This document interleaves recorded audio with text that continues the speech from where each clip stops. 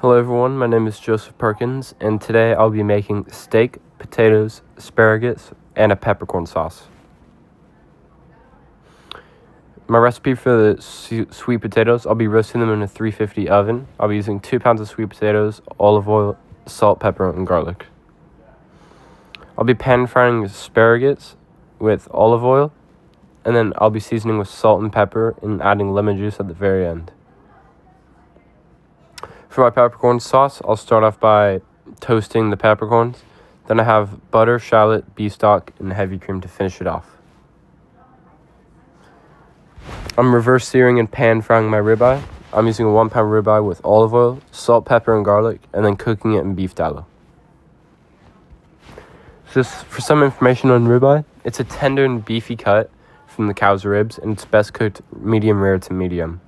It's the second most expensive cut from the cow, and there's 3 main muscles on it. The cap, which is the spinalis dorsi, the eye or the fillet, which is the longissimus dorsi, and then the tail, which is usually trimmed off, is called the complexus.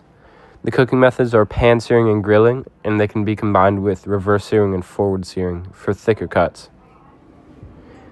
Here I cut the sweet potatoes into a large dice, and then I season them. I turned the oven to 350, and when that was ready, I put them all on a pan. I let that cook in the oven for about 30 to 35 minutes, or until they're all nice and tender.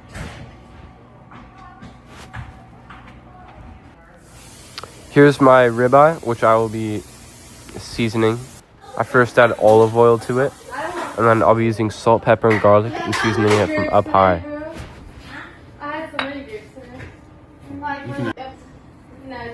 And I made sure to season all the sides.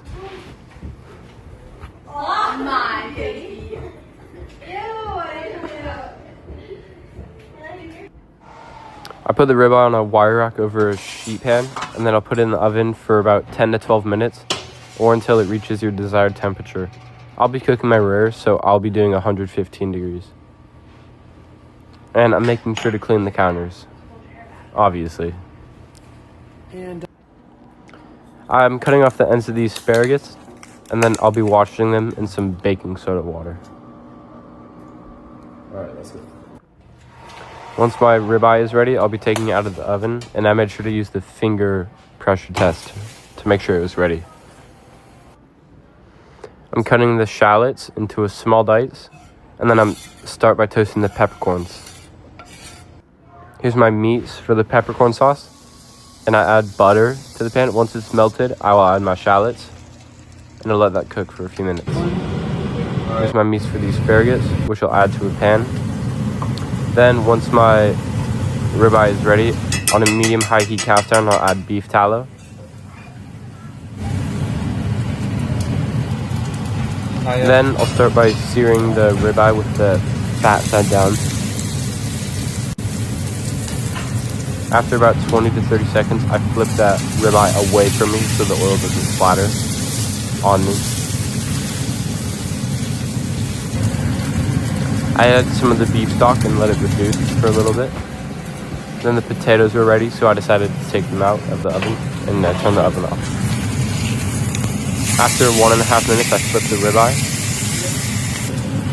And then I turned off the heat for the peppercorn sauce and added the heavy cream.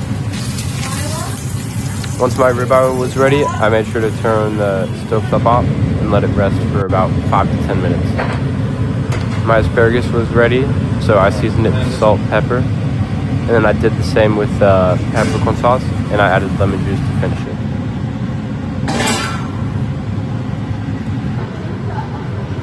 Now it was time to cut the cap off from the fillet, and then portioning it out equally.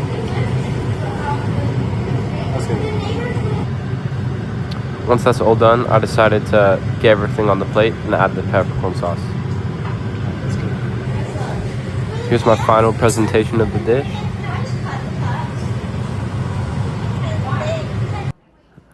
Yes. Thank you for watching. I had a super fun time cooking this, and I would definitely do it again. My only complaint was that the peppercorn sauce was a bit too spicy, so I would definitely use less. And my culinary role model would be my dad, who's definitely influenced me in choosing a culinary path. So I wanted to give a big thanks to him.